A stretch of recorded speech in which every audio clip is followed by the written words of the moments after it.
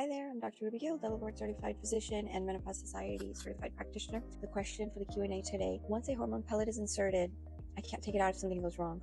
What happens if the dose is too high and I'm stuck with side effects for months? We dose you very conservatively. Patient selection criteria is important, meaning if you're not the right fit for it, based on lifestyle, other risk factors, we're not going to do it.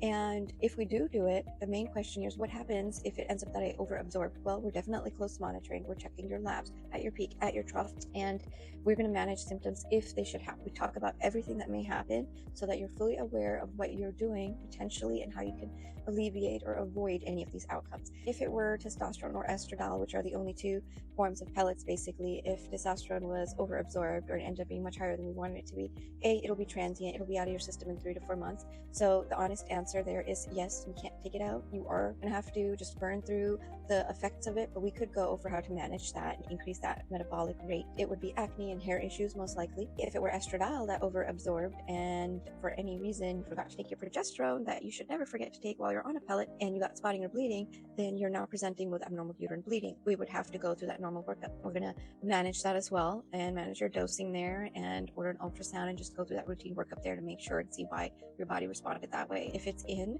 you do have to manage the symptoms for that period of time. Not as likely when it's dosed very conservatively and you're fully aware and on board with all the things you have to do for your aftercare and all the requirements. It is a dissolvable tablet basically that gets put into the subcutaneous tissue. It goes under the skin instead of on top of the skin.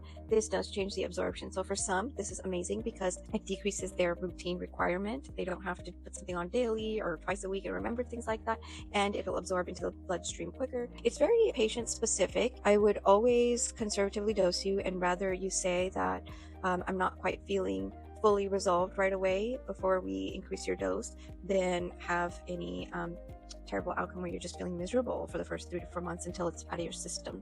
So I hope that helps.